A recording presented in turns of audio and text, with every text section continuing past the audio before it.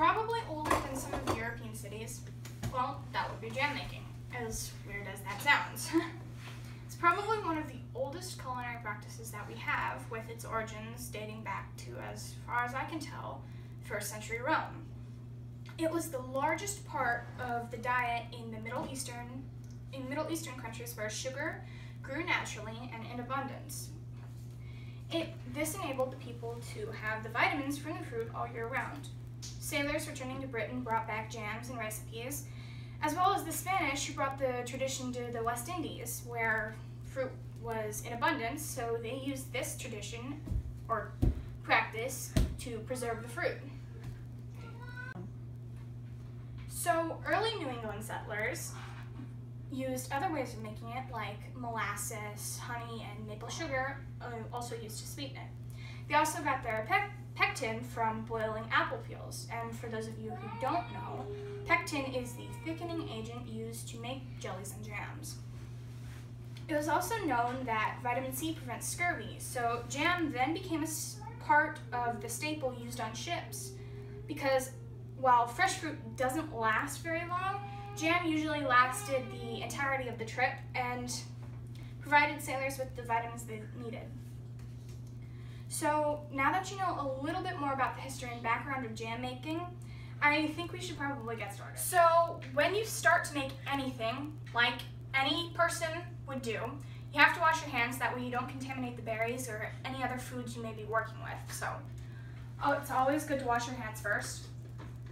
If you've washed your hands and they are clean, you are probably going to want to dry them off so you don't get any water or any excess soap on the foods or any materials you're using. So for this jam making recipe that I'm using, which is freezer jam, you are probably going to need sugar, a grinder, measuring cup, a wooden spoon, Sure-Jell or pectin, your choice, strawberries or any other type of berry you want to use, a large bowl, a small bowl, and a small saucepan. You will also need a cutting board and a knife.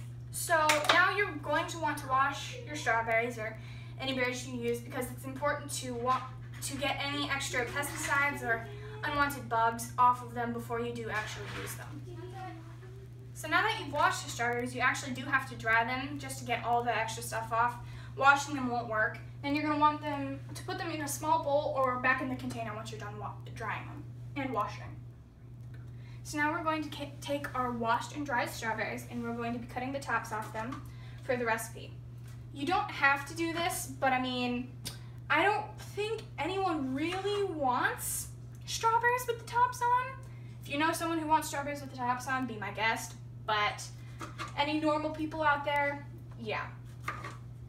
So you're just going to do this till you have your quart or cups of strawberries cut up or have the tops cut off, and then you're going to place them off to the side or place them back in the bowl.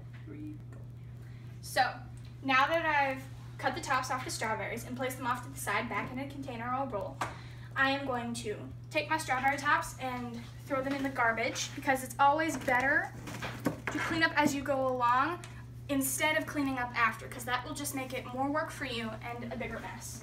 So after you place the strawberry tops in the garbage, you want to rinse your cutting board and knife off and put them in the sink. So now that we have that done, we are going to take our strawberries. We're just going to place them right here while we get our bowl and grinder ready. The small bowl, which you should have set to the side earlier, and your grinder or whatever you're using to crush the strawberries in. So as I said before, the process does take a while, but as you go, you're going to want to keep adding more strawberries in while you're grinding and mashing it up, just so you get that thing. It may take a while, but it's extremely fun to do. And more than a bit messy, which is why I recommend doing it in the sink, but for the purposes of this video, I'll do it where you can see.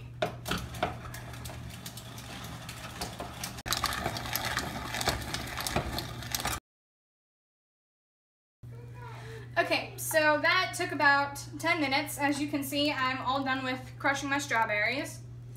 So now that that's done, we're just going to leave this here for a second. And then we're going to move to our larger bowl that we have set aside earlier. And we're also going to need our sugar and our measuring cup. And then we're going to take about 4 cups of sugar and put them into our bowl, which shouldn't take long. Okay, so now I've put my 4 cups of sugar into my large bowl. I'm going to set the sugar aside, or somewhere safe. And then I'm going to come back and see all this stuff on the bottom. You're going to want to scrape that off into your crushed fruits, because that will only make it sweeter. So there's that. So now I'm going to put this, as well as the fork, into the sink. And I'm going to take my mixture, or crushed strawberries, and pour it into the sugar. Come see.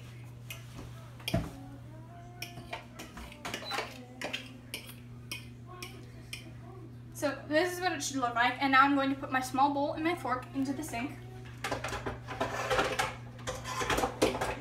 Pour water in them to rinse them off properly. And go back to my cooking. Remember, clean up behind yourself, that way you don't leave yourself more of a mess to clean up when you're done. Now we're going to stir this for about, well, till it's all mixed together. So, as you see here, that is what I'm doing. It'll make a substance like this, firm, like a firm mush, because you're adding the sugar, which is a harder substance, to the liquid fruit. Alright, so now that I've mixed the sugar and the strawberries together, it should give you this nice, even, neutral color, then a light or a dark substance like we saw before and I was mixing it. Okay, so now that I'm done mixing this, we have to leave it to stand or set for about 10 minutes, and then we can come back and finish what we started.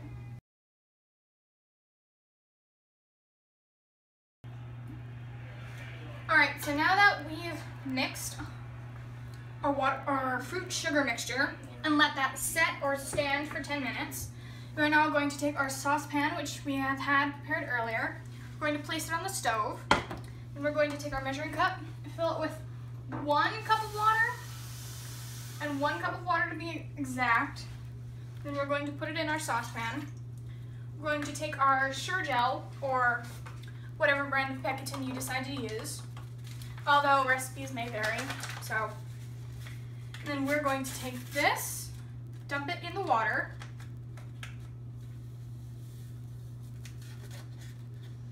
and now we're going to set the stove on high, and we're going to be constantly mixing it. Oh, where's my? Mixing it while it boils.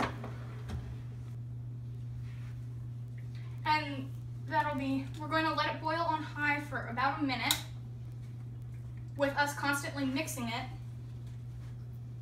And then after that minute's up, we are going to add in our fruit mixture, but we're not there yet. Okay, now that it's boiling and I've been stirring it constantly for about a minute, I'm going to add in my fruit and sugar mixture. And as I do this, I am going to constantly stir for 3 minutes, or until all the sugar has dissolved. Well, almost all the sugar. There might still be a few sugar crystals left, but those shouldn't concern.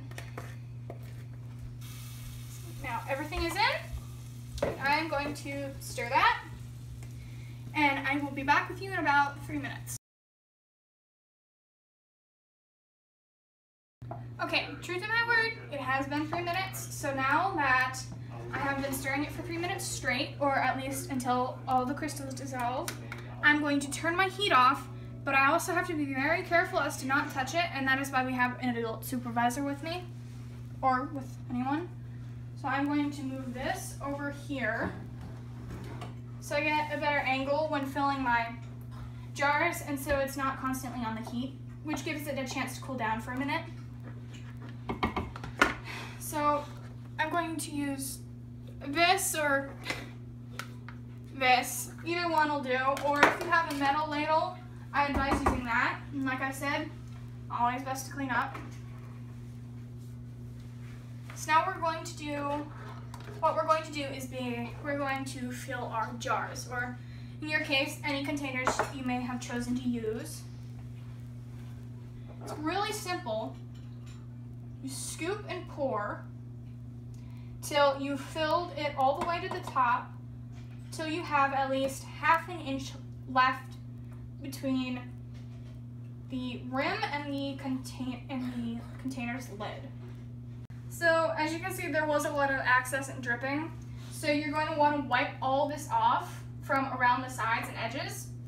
When you're done, it may benefit you to take a wet towel or a wet wipe and just do it again. But for now, it'll have to do, and we are going to put our lids on. And then there's one jar done. Now, you're going to repeat this process as many times as necessary, or until all your liquid is gone. And after that, you would let this set for about 24 hours before using it or putting it in the fridge. This does last up to 3 weeks in the fridge, and then up to a year in the freezer. And that, my friends, is how you make freezer jam. So I hope you learned something from this whole experience, and at the beginning of the video when I did mention a bit about the history and the background of the art of jam making. Would it be called an art? I don't know. But this was so much fun. I'm glad you got to see me make this, and this is one of my favorite recipes to make. It's absolutely delicious, and I really do hope you try it. But anyways, I had fun with this. I'll see you guys tomorrow.